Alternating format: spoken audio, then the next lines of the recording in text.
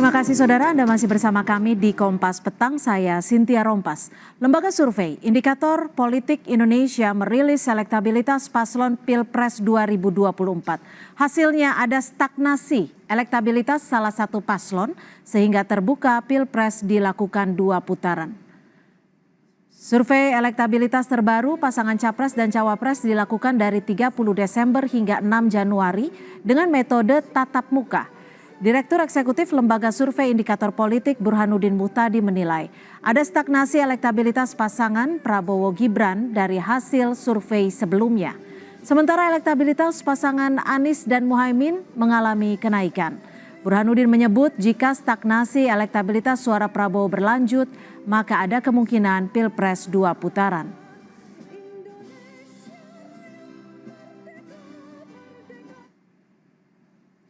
Hasil survei indikator politik kepada 1.200 responden diketahui sebanyak 45,79% responden memilih pasangan Prabowo dan Gibran jika Pilpres dilaksanakan hari ini. Sementara 25,47% responden memilih pasangan Anies Baswedan, Muhaimin Iskandar, dan sebanyak 22,96% responden memilih pasangan Ganjar Pranowo dan Mahfud MD. Pertanyaannya, apakah stagnasi buat paslon 02 ini berlanjut sampai bulan depan? Kalau iya, berarti kemungkinan 2 putaran terbuka. Tapi kalau misalnya terjadi kejadian luar biasa, nah, ini hints saya ya, karena nanti kita akan rilis lagi yang survei telepon, itu berarti kemungkinan 1 putaran masih terbuka buat paslon 02. Yang bisa saya simpulkan dari data ini adalah 1 putaran belum tentu, 2 putaran juga belum tentu, tetapi kalau terjadi 2 putaran, kemungkinan besar paslon 02 yang lolos. Yang belum clear adalah siapa yang menemani Pak Prabowo Gibran jika terjadi 2 putaran, itu belum clear. Karena paslon 01 dan 03 punya peluang yang secara statistik sama. Meskipun secara absolut Anies Baswedan lebih besar peluangnya untuk masuk putaran kedua mendampingi Pak Prabowo.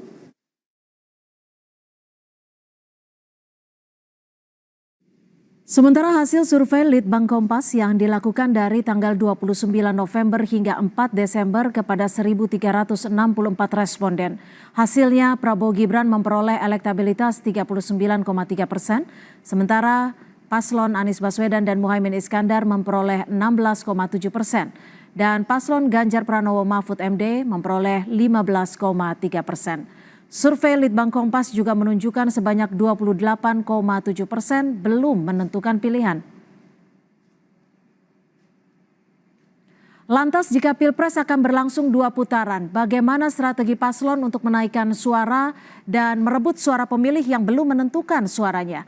Kita bahas bersama juru bicara Timnas Amin Pipin Sofian, juru bicara TKN Prabowo Gibran W.Hadi Wianto, dan TPN Ganjar Mahfud Ciko Hakim, serta Direktur Eksekutif Parameter Politik Adi Prayitno. Selamat sore, terima kasih sudah bergabung bersama kami di Kompas Petang. Selamat sore, Assalamualaikum. Selamat sore semuanya. Ya, saya ke Mas Adi terlebih dahulu. Mas Adi, jika dilihat dari hasil survei terakhir nih, Litbang Kompas dan Indikator belum ada paslon yang prosentasenya 50% plus 1. Apa yang Anda lihat membaca ini? Ada 2 hal ya Mbak. Pertama, memang peta elektabilitas menuju Pilpres di 14 Februari ini kan bergerak cukup dinamis ya. Saya selalu mengatakan ada 2 rumus sebenarnya jika ingin menang Pilpres 1 putaran. Pertama, bukan hanya harus mendapatkan suara 50% plus 1, ada sesuai dengan undang-undang ketentuannya bahwa untuk menang 1 putaran yaitu harus dicek bahwa harus mendapatkan 20% minimal dari jumlah pemilih di separuh jumlah provinsi secara nasional. Ada 38 provinsi yang kita miliki, separuhnya kita asumsikan 20 provinsi. Di 20 provinsi ini harus bisa dipastikan bahwa mendapatkan suara 20% minimal ya dari jumlah pemilih.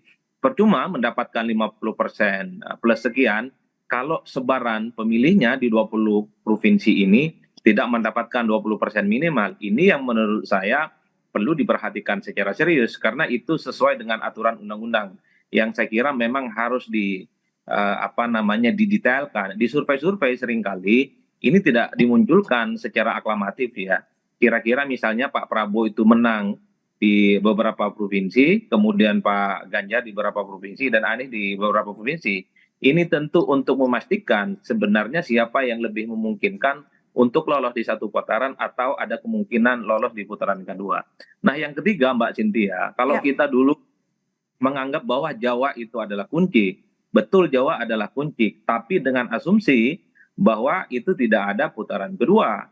Oke. 50% artinya dia bisa ditetapkan sebagai pemenang pemilu ya, 50% plus sekian maksudnya. Ya. Tapi kalau ketentuan undang-undang tidak sesederhana itu, minimal mendapatkan 20% dari jumlah pemilih di separuh jumlah provinsi, yang saya kira ini bukan perkara gampang karena ini mesin-mesin partai, mesin-mesin calon, dan mesin-mesin pemenangan itu sampai saat ini sama-sama semakin solid dan semakin konsolidatif.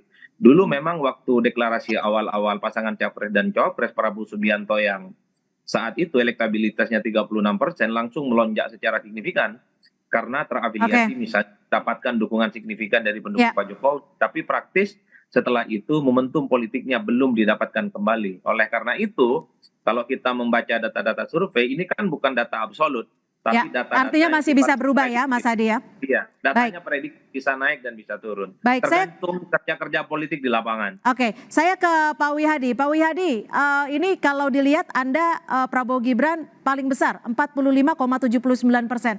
Anda masih optimis satu putaran atau sudah melihat ada kemungkinan dua putaran?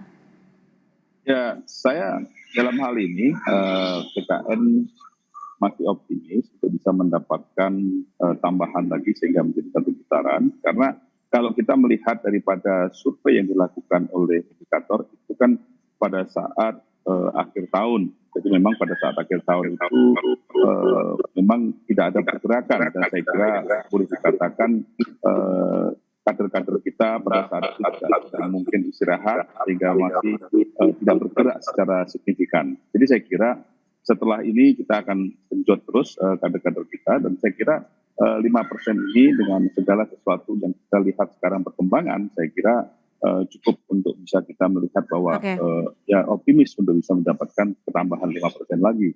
Jadi saya kira akhir-akhir ini pun kita melihat bahwa di Jawa Timur Bukopifah sudah secara resmi juga mendukung kami, mendukung pasangan Prabowo Gibran, dan saya kira ini adalah sesuatu energi baru buat kami di Jawa Timur, dan saya kira ini semuanya juga menambah optimisme kita di Jawa Timur untuk bisa mempertebal kemenangan kita di Jawa Timur nantinya.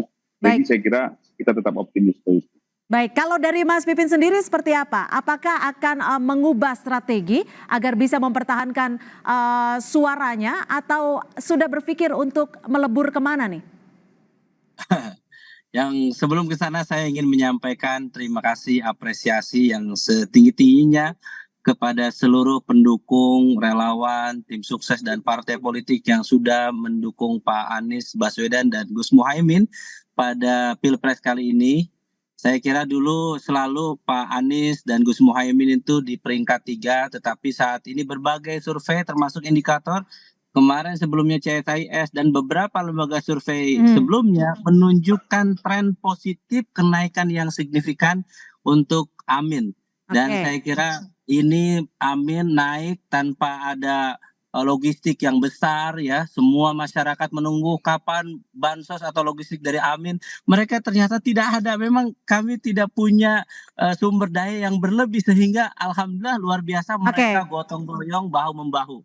Dan saya kira ini trennya positif. Saya selalu melihat, mengkaji bagaimana di Pilkada DKI Anies Sandi waktu itu naik. Jadi artinya Anda akan mempertahankan strategi yang sudah ada seperti itu, Mas Pipin? Ya, dan kami melihat ternyata debat capres itu memberikan keuntungan elektoral bagi Pak Anies Baswedan ketika rakyat semakin cerdas melihat siapa kira-kira capres yang punya keunggulan, punya perubahan, punya agenda perubahan. Kami tangkap sampai di situ, Mas Pipin.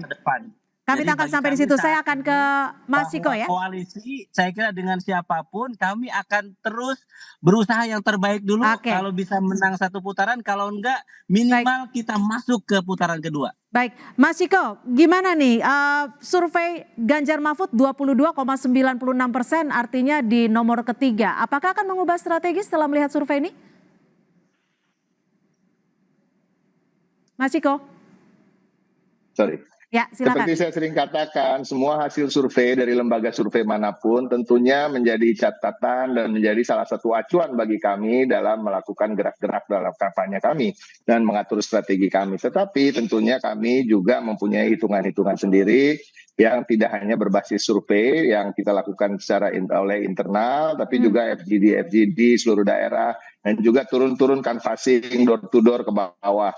Nah, kita ketahui bahwa salah satu partai pendukung utama dari Pak Ganjar dan Pak Mahfud ini kan PDI Perjuangan yang punya kekuatan canvassing dan door to door yang luar biasa, yang mungkin cuma hanya bisa tersaingi oleh partainya Mas Pipin.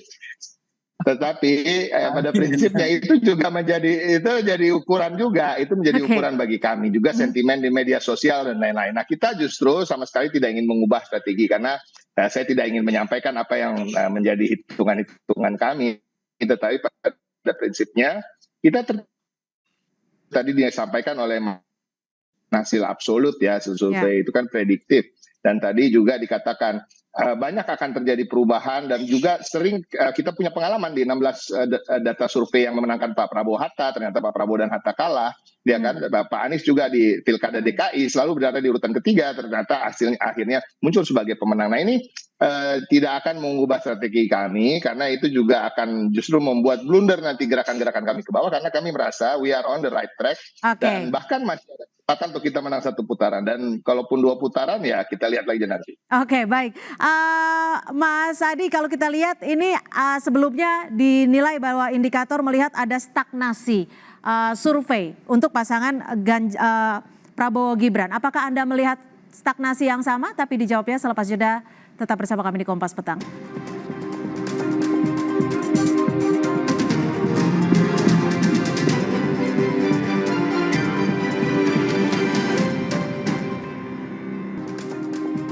Terima kasih Anda masih bersama kami di Kompas Petang. Pilpres berpotensi 2 putaran. Saya akan langsung ke Mas Pipin. Mas Pipin, Timnas Amin ini naik terus katanya ya, berdasarkan survei.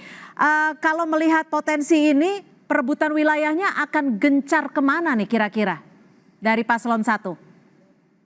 Ya, saya kira semua wilayah tentu akan menjadi perhatian kita. Tetapi memang basis utama pergerakan kalau saya tanya, karena saya memang dari PKS, kemudian basis kita juga PKB ada di Jawa Timur. Saya kira basis utama kita adalah satu Jawa Barat, ya, yang kedua adalah Jawa Timur. Itu saya kira yang paling utama. Kita targetnya memang gimana caranya supaya menang telak di Jawa Barat, di DKI Jakarta dan Banten, dan juga Jawa Timur. PKB diserahkan kepada teman-teman PKB. Tetapi ala kulli hal kami saya kira semua wilayah ya, semua partai politik, relawan, semua fokus bagaimana caranya naik.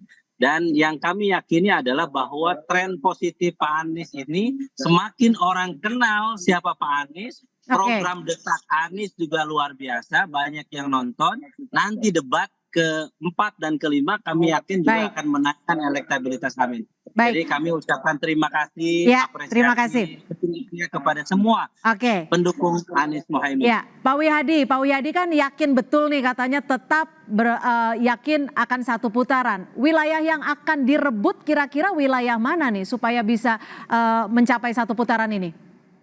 Ya, saya kira Jawa Timur adalah memang kunci daripada kemenangan, dan juga Jawa Tengah. Jawa Tengah di sini sama dong ya dengan Timnas 1 ya? Ya, saya kira kurang lebih, karena kita melihat bahwa di sini Jawa Timur ini adalah battlefield, yang karena di situ ada Pak Mahfud, ada Gus Muhaimin, terus kemudian ada juga Pak Prabowo dengan beberapa dukungan dari Bukoviva, dan juga kemudian di Jawa Tengah. Kalau kita melihat Jawa Tengah ini kalau kita melihat trennya ini kan pasangan kita ini kan semakin naik. Jadi di sini kita melihat bahwa ternyata memang banyak beberapa elemen masyarakat yang sekarang ini sudah mengalihkan dukungannya kepada pasangan nomor 2. Dan saya kira segala sesuatu kita bisa melihat perkembangan terakhir ini dengan adanya beberapa tokoh-tokoh daripada PDI Perjuangan yang sudah mengundurkan diri, itu juga salah satu hal yang mungkin bisa memperkuat daripada penambahan suara kita, dan itu banyak juga kita lihat bahwa disinilah kepastian kita dan optimisan kita bahwa kita bisa mencapai 5% penambahan daripada angka survei yang saat ini ada. Oke. Jadi saya kira kita tetap optimis dengan mempertebal Jawa Barat juga masih kita lakukan. Jawa Tengah kita harapkan kita akan naik, dan Jawa Timur juga kita akan menstabilkan Jawa Timur. Baik. Dan tentunya yang lain pun juga kita tetap kemarin Pak Prabowo ke Sumatera, dan kita melihat animo masyarakat Sumatera, dan kita melihat bahwa Sumatera Utara itu adalah juga memberikan suatu kenaikan signifikan daripada Sumatera Utara. Mas Ciko, Jawa Tengah menjadi perebutan, padahal ini adalah bisa dikatakan base-nya Ganjar Pranowo gitu. Kira-kira akan melakukan apa agar bisa mempertahankan Jawa Tengah ini?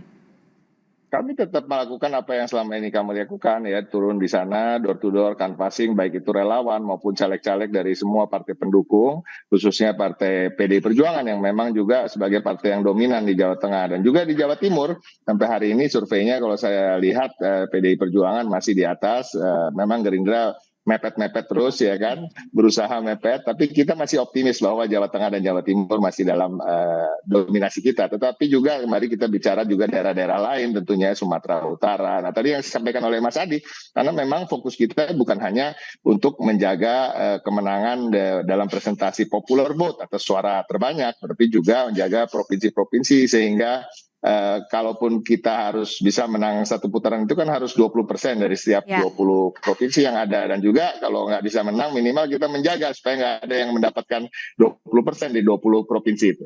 Oke, Mas Adi, kalau memang nanti akan ada potensi 2 putaran, kira-kira hitung-hitungan peleburan atau koalisinya akan seperti apa perspektif Anda? Kan kalau kita membaca perdebatan-perdebatan publik yang hampir bisa dipastikan lolos putaran pertama itu kan pasangan Prabowo dan Gibran. Ya. Kemudian publik bertanya-tanya bagaimana soal nomor 1 dan nomor 2. Selisihnya kan 3%. Ya kalau 3% kan masih sangat mungkin bisa saling berbalap-balapan ini menuju 14 Februari. Yang ingin saya katakan adalah kalau kita merangkum dari pembicaraan publik, apa mungkin nomor 1 dan nomor 3 ini berkoalisi? Sangat mungkin, apa yang tidak mungkin? Sekalipun selalu publik mengatakan ada jarak psikologis yang cukup tebal antara PKS. Ada histori politik juga. Betul, ada korespondensi historis yang memang agak sulit untuk ditembus antara PKS dan PDIP khususnya. Cuman ada 2 anomali dalam Pilpres 2024 yang saya kira bisa mempertemukan PDIP dan PKS termasuk Nasdem ya. Satu ya, apa yang kemudian bisa kita jelaskan? Jokowi dan PDIP yang 23 tahun bersama tiba-tiba bisa jalan. Apa yang kemudian bisa menjelaskan PKS dan PKB yang dulu ini baik-baikan minyak dan air tapi saat ini bisa satu dalam barisan koalisi bersama. Oleh karena itu, bagi kita, ya jangankan PDIP dan PKS ya PDIP dengan Gerindra, ya siapa tahu di putaran kedua juga akan berkongsi, itu juga sangat mungkin. Jadi Kan kalkulasi dalam koalisi di putaran kedua, ini kita bicara andai ada putaran kedua, itu pastinya kalkulasi untung dan rugi, bukan hal-hal lain yang saya kira tidak logis secara politik ya. Oleh karena itu, kalau bicara tentang kemungkinan koalisi ya sangat mungkin. Oke, jadi kemungkinannya masih begitu besar. Saya ke Pak Wihadi, kalau melihat ada hitung-hitungan koalisi di putaran kedua akan bagaimana Pak Wihadi? Sebagai yang memiliki suara paling besar, kayaknya bebas memilih ya? Kalau dari kami, kita terbuka kepada siapapun. Karena kami mempunyai pengalaman dengan semua partai berkoalisi, baik itu dengan PKS, baik itu dengan PDI Perjuangan, dan dengan PKB juga kita sudah pernah berkoalisi, walaupun setengah jalan kita juga sudah akhirnya berpisah. Tapi kita mempunyai, sebenarnya kita berhubungan dengan semua partai yang sangat baik. Dan saya kira kalau kita bicara Pilpres, bukan calon presidennya yang akan berkoalisi, tetapi adalah partai politiknya, dan partai politik itu ditentukan oleh ketua-ketua partai, dan dalam hal ini ketua-ketua partai tentunya berhitung juga permasalahan menang kalahnya dan bagaimana kesempatan daripada partai-partai itu ke depan. Jadi saya kira pemikiran-pemikiran itu tentunya menjadi pemikiran yang akan dilakukan oleh ketua-ketua partai, tidak hanya secara emosional calon presidennya saja yang akan berkoalisi. Baik, kami tangkap. Mas Ciko, ini ada isu netralitas pemerintahan yang semakin mencuat jelang pencoblosan. Bagaimana Anda melihat ini? Ya memang itu kan yang terjadi ya. Komisi ASN juga sudah merilis pernyataan bahwa ada dugaan 10.000 pelanggaran ASN di masa kampanye ini, dan mayoritas presentasinya adalah mengarah ke salah satu paslonnya Pak Wihadi gitu. Nah, kembali juga kita kan juga bisa melihat dengan kasat mata ya, walaupun tidak bisa dibilang sebagai pelanggaran karena tidak ada aturan yang tertulis. Sebagai menteri ya kan, Pak Menteri Zulkifli Hasan, Menko Erlangga, Menteri Erick Thohir, itu kan juga terang-terangan mengasih lihat gestur-gestur bahwa ada dukungan ke Pak Prabowo dan Gibran, dan mereka mengundang di acara-acara kementerian mereka dan lain-lain. Nah, ini kan terlihat dengan kasat mata, kita juga nggak bisa menampik itu gitu. Dan makin kesini rasanya, tadi juga saya melihat ada acara TV di mana staf presiden mengatakan bahwa ya nggak salah kan kalau memang karena popularitas Jokowi, jadi mereka termasuk kita bicara soal bansos itu misalnya kan, Pak Menko Erlangga mengatakan bansos ini dari Jokowi, Medan kalau mau dilanjutkan nanti harus pilih yang ini gitu, juga Pak Zulkifli Hasan. Nah ini dan juga tidak ditampik tadi sama staf presiden di acara sebelumnya saya perhatikan. Jadi intinya memang ini kasat mata dan kita harus mewaspadai. Ini kita berharap kita semua menjaga adab, tapi juga kita berharap itu untuk hal-hal yang tidak terkait dengan pelanggaran tertulis, tapi soal etika, tapi terkait dengan pelanggaran-pelanggaran yang jelas, kita berharap Bawaslu mau bertindak dan tegas. Oke. Baik Pak Pipin, kalau Anda melihat isu netralitas pemerintah bagaimana? Ya itulah yang selama ini mungkin 03 dan 01 merasakan hal yang sama. Videotron kami belum 1 minggu, 1 hari saja sudah di take down. Dan kemudian kalau kita melihat tadi ya, bahwa banyak oknum yang bermain menjadikan bansos sebagai program. Tapi saya ketika kita ketemu dengan masyarakat, ya saya tanya mereka, Bapak Ibu ingin bansos atau lapangan pekerjaan? Mayoritas tuh menginginkan lapangan pekerjaan. Baik. Bansos saat ini adalah cara pemerintah secara shortcut memang tidak bisa menyediakan lapangan pekerjaan, kemudian sembako mahal, maka masyarakat senang dengan bansos itu. Tetapi sesungguhnya ke depan yang dibawa oleh Amin adalah ke depan fokus kami adalah bagaimana membuka lapangan pekerjaan, sembako murah, dan bagaimana fasilitas kesehatan itu baik. Jadi menurut saya ke depan silakan saja ya masyarakat oknum pemerintahan tidak netral. Tetapi kami tangkap. Perubahan itu saat ini semakin nyata, masyarakat semakin cerdas, mereka menghendaki perubahan. Baik, kami tangkap. Bentar, Cynthia, masalah netralitas ini tadi kan mengarahnya kepada saya. Singkat saja, waktu kita sudah habis. Jadi begini, saya melihat bahwa semuanya ini adalah satu, kalau kita lihat pelanggaran-pelanggaran terjadi. PC-PC Bupati itu juga banyak daripada pasangan nomor 1, nomor 3. Kemudian kalau kita lihat pendamping PKH itu adalah yang membagikan PKH itu juga semuanya dari 03, dan itu sangat-sangat masif bahwa mereka kalau tidak mendukung 03 mereka akan dipecat, dan itu ada di lapangan semuanya. Jadi saya kira kita tidak perlu bicara mengenai masalah netralitas itu karena dan ini laporannya sudah diterima Bawaslu, kita tunggu seperti apa pemeriksaan dan juga penyelidikan dan pendalaman dari Bawaslu ya Pak Wiyadi ya. Iya. Baik, terima kasih sudah bergabung bersama kami dari Timnas Amin Pipin Sofian, dari TKN Prabowo Gibran Pak Wihadi Wianto, dan juga TPN Ganjar Mahfud Pak Mas Ciko Hakim, dan juga Direktur Eksekutif Parameter Politik Mas Adi Prayitno sudah bergabung bersama kami di Kompas Petang. Terima kasih.